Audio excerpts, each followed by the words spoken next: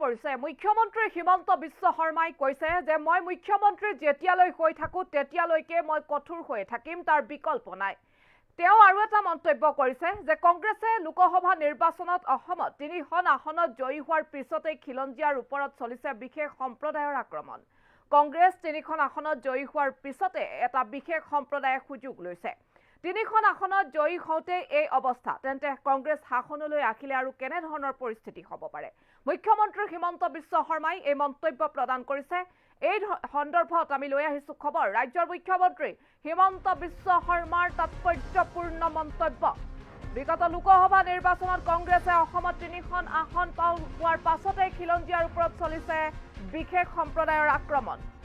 যদি ৩খন আসনত জয়ী হওঁতে এই অৱস্থা হয়, তেন্তে কংগ্ৰেছ শাসনলৈ আহিলে কেনে ধৰণৰ পৰিস্থিতি হ'ব পাৰে? কংগ্ৰেছ ৩খন আসনত জয়ী হোৱাৰ পিছতে এটা বিশেষ সম্প্ৰদায়ে সুযোগ লৈছে বুলি মন্তব্য মুখ্যমন্ত্ৰী গৰাকীৰ। অসমৰ ৩টা সমষ্টিত কংগ্ৰেছৰ বিজয়ে এটা সাম্প্ৰদায়িক শক্তিক প্ৰেৰণা যোগাইছে বুলি কৈছে। অসমৰ ৰাইজে গভীৰভাৱে বিশ্লেষণ কৰক। এই মন্তব্য মুখ্যমন্ত্ৰী হিমন্ত বিশ্ব শৰ্মাৰ। মই সদায় জীয়াই নাথাকো, জাতিটো জীয়াই থাকিব লাগিব, আৰু সেয়ে মই মুখ্যমন্ত্ৰী হোৱালৈকে এই জাতিটো জীয়াই থকাৰ ক্ষেত্ৰত মই কঠোৰ হ'ব লাগিব। মোৰ অৱৰ্তমানতো যাতে জীয়াই থাকে সমাজখন, মোৰ অৱৰ্তমানতো যাতে এই সমাজ জীয়াই থাকে তাৰ বাবে চিন্তা কৰিব লাগিব। মই মুখ্যমন্ত্ৰী হৈ থকালৈকে কঠোৰ হ'বই লাগিব, ইয়াৰ কোনো বিকল্প নাই। অসমৰ ৰাইজে ভোট দিয়াৰ আগতে বহু কথা চিন্তা কৰাৰ প্ৰয়োজনীয়তা আছে। মুখ্যমন্ত্ৰী হিমন্ত বিশ্ব শৰ্মাই কি কৈছে এবাৰ মন্তব্যটো শুনি লওক। নগাঁও আৰু যোৰহাট লোকসভাত কংগ্ৰেছ দল বিজয়ী হোৱাৰ পিছত একাংশ ব্যক্তি আৰু সম্প্ৰদায়ে তাৰ সুযোগ লোৱা আমাৰ পৰিলক্ষিত হৈছে। যোৱা ৩ বছৰ ৰাজ্যখনত এই ধৰণৰ ঘটনা একেবাৰে নোহোৱা হৈছিল, কিন্তু যোৱা ৩ দিনতে এদিন মাজবাটত চাহ বাগিচাৰ সম্প্ৰদায়ৰ ছোৱালী এগৰাকীৰ ওপৰত ঢেকীয়াজুলিত, মাজবাটত গোৰ্খা সম্প্ৰদায়ৰ ছোৱালী এগৰাকীৰ ওপৰত, আজিও ঢেকীয়াজুলিৰ ঠেলামাৰাত গোৰ্খা সম্প্ৰদায়ৰ ছোৱালী এগৰাকীৰ ওপৰত যৌন উৎপীড়ন চলোৱাৰ বাতৰি আমি পাইছোঁ। তাৰ মাজতে বৰপেটাতো ঘটনা এটা হৈ গ'ল, মন্ত্ৰী জয়ন্ত মল্ল বৰুৱা আহিছিল। তাৰ মাজত কোকৰাঝাৰতো এটা ঘটনা হৈ গ'ল, আৰু তাৰ মাজত লখিমপুৰতো থানা জ্বলোৱাৰ ঘটনা এটা হৈ গ'ল।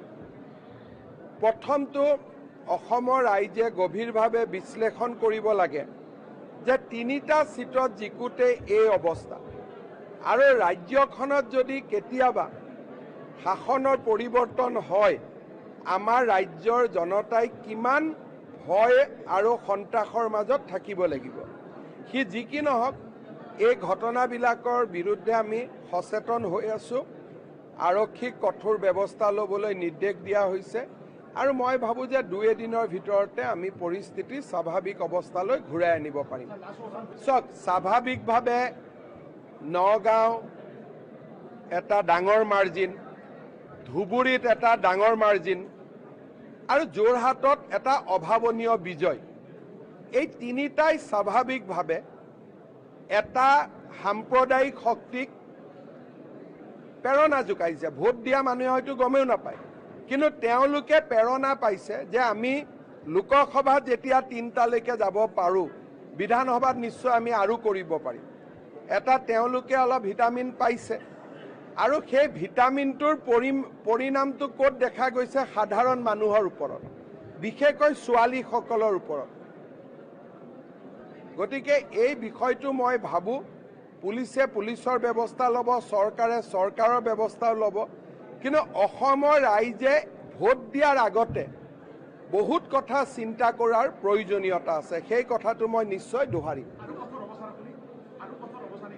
না, মইতো কঠোৰ হ'বই লাগিব যেতিয়ালৈকে মুখ্যমন্ত্ৰী হৈ আছোঁ। মোৰ হাতততো বিকল্প নাই, কিন্তু মইতো সদায় জীয়াই নাথাকোঁ, জাতিটো সদায় জীয়াই থাকিব লাগিব। গতিকে জাতিয়ে কেনেকৈ জীয়াই থাকিব পাৰে মোৰ বৰ্তমানত অৱৰ্তমানত, কাৰণ ব্যক্তিটো ডাঙৰ নহয়। মই আজি আছোঁ নাই, এতিয়া গুৱাহাটীত যাওঁতে এক্সিডেণ্ট হ'ব পাৰে, কোনে জানে।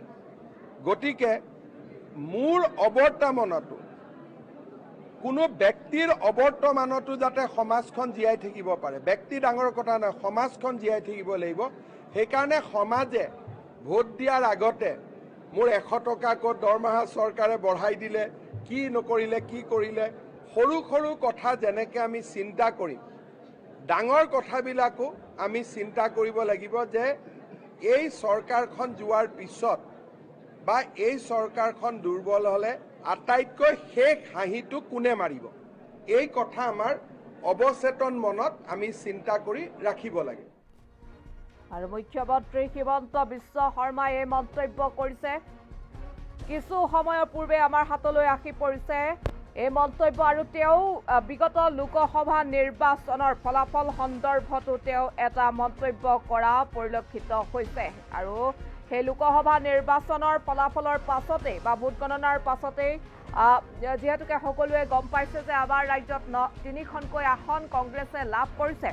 আৰু বিগত এইকেইটা দিনত আমাৰ ৰাজ্যখনৰ কেইবাটাও প্ৰান্তত কিশোৰীৰ ওপৰত বা যুৱতীৰ ওপৰত যি নিৰ্যাতনৰ ঘটনা সংঘটিত হৈছে, সেই সন্দৰ্ভতো মুখ্যমন্ত্ৰী ইতিমধ্যে জ্ঞাত। কাৰণ সংবাদ মাধ্যমত ইতিমধ্যে বৰ্বৰ হৰফেৰে এই খবৰসমূহ প্ৰকাশ পাইছে বা টেলিভিছন মিডিয়াটো যথেষ্ট এই খবৰটি সম্প্ৰচাৰিত হৈছে, ছ'চিয়েল মিডিয়াটো যথেষ্ট চৰ্চিত হৈছে।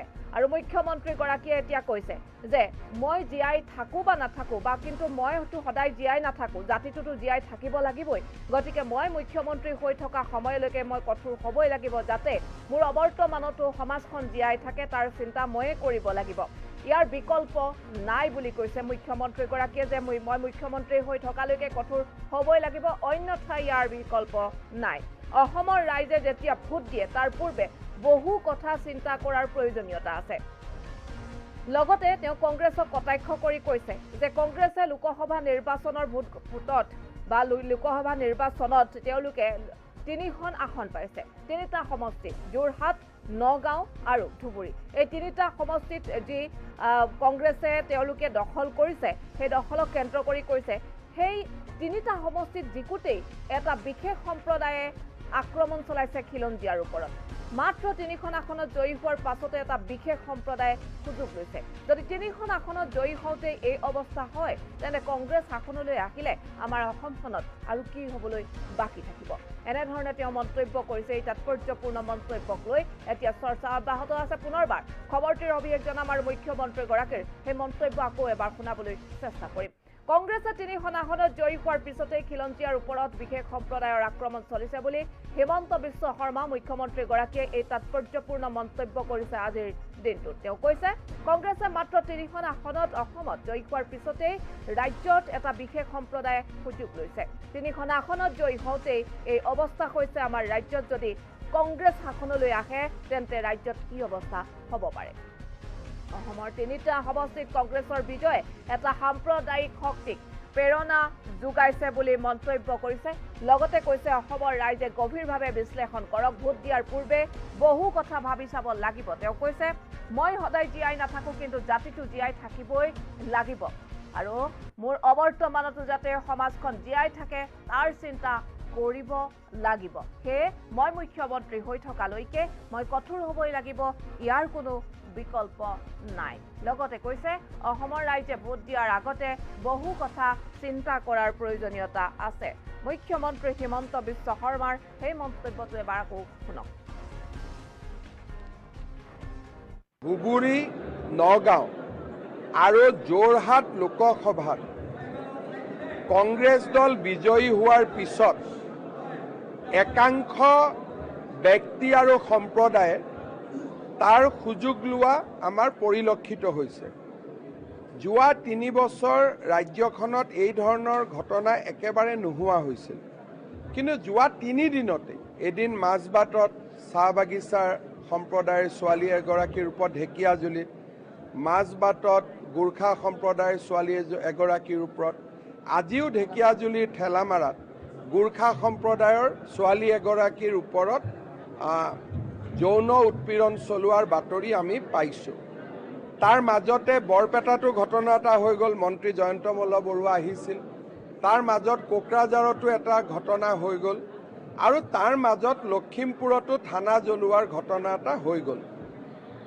প্ৰথমটো অসমৰ ৰাইজে গভীৰভাৱে বিশ্লেষণ কৰিব লাগে যে 3টা সিটত জিকোতে এই অৱস্থা আৰু ৰাজ্যখনত যদি কেতিয়াবা শাসনৰ পৰিৱৰ্তন হয় আমাৰ ৰাজ্যৰ জনতাই কিমান ভয় আৰু সন্ত্ৰাসৰ মাজত থাকিব লাগিব সি যি কি নহওক এই ঘটনাবিলাকৰ বিৰুদ্ধে আমি সচেতন হৈ আছো আৰক্ষীক কঠোৰ ব্যৱস্থা ল'বলৈ নিৰ্দেশ দিয়া হৈছে আৰু মই ভাবো যে 2 দিনৰ ভিতৰতে আমি পৰিস্থিতি স্বাভাৱিক অৱস্থালৈ ঘূৰাই আনিব পাৰিম সক স্বাভাৱিকভাৱে নগাঁও এটা ডাঙৰ মাৰ্জিন ধুবুৰীত এটা ডাঙৰ মাৰ্জিন আৰু যোৰহাটত এটা অভাৱনীয় বিজয় এই তিনিটাই স্বাভাৱিকভাৱে এটা সাম্প্ৰদায়িক শক্তিক প্ৰেৰণা যোগাইছে ভোট দিয়া মানুহে হয়তো গমেও নাপায় কিন্তু তেওঁলোকে প্ৰেৰণা পাইছে যে আমি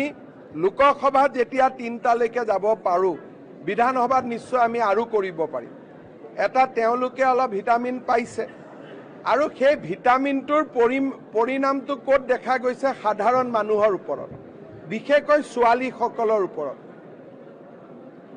গতিকে এই বিষয়টো মই ভাবোঁ পুলিচে পুলিচৰ ব্যৱস্থা ল'ব চৰকাৰে চৰকাৰৰ ব্যৱস্থাও ল'ব কিন্তু অসমৰ ৰাইজে ভোট দিয়াৰ আগতে বহুত কথা চিন্তা কৰাৰ প্ৰয়োজনীয়তা আছে সেই কথাটো মই নিশ্চয় দোহাৰিম না মইতো কঠোৰ হ'বই লাগিব যেতিয়ালৈকে মুখ্যমন্ত্ৰী হৈ আছো মোৰ হাতততো বিকল্প নাই কিন্তু মইতো সদায় জীয়াই নাথাকোঁ জাতিটো সদায় জীয়াই থাকিব লাগিব গতিকে জাতিয়ে কেনেকৈ জীয়াই থাকিব পাৰে মোৰ বৰ্তমানত অবৰ্তমানত কাৰণ ব্যক্তিটো ডাঙৰ নহয় মই আজি আছো না এতিয়া গুৱাহাটীত যাওঁতে এক্সিডেণ্ট হ'ব পাৰে কোনে জানে গতিকে মোৰ অবৰ্তমানতো কোনো ব্যক্তিৰ অবৰ্তমানতো যাতে সমাজখন জীয়াই থাকিব পাৰে ব্যক্তি ডাঙৰ কথা নহয় সমাজখন জীয়াই থাকিব লাগিব সেইকাৰণে সমাজে ভোট দিয়াৰ আগতে মোৰ 100 টকা ক'ত দৰমহা চৰকাৰে বঢ়াই দিলে কি নকৰিলে কি কৰিলে সৰু সৰু কথা যেনেকৈ আমি চিন্তা কৰিম ডাঙৰ কথাবিলাকো আমি চিন্তা কৰিব লাগিব যে এই চৰকাৰখন যোৱাৰ পিছত বা এই চৰকাৰখন দুৰ্বল হ'লে আটাইতকৈ শেষ হাঁহিটো কোনে মাৰিব এই কথা আমাৰ অৱচেতন মনত আমি চিন্তা কৰি ৰাখিব লাগে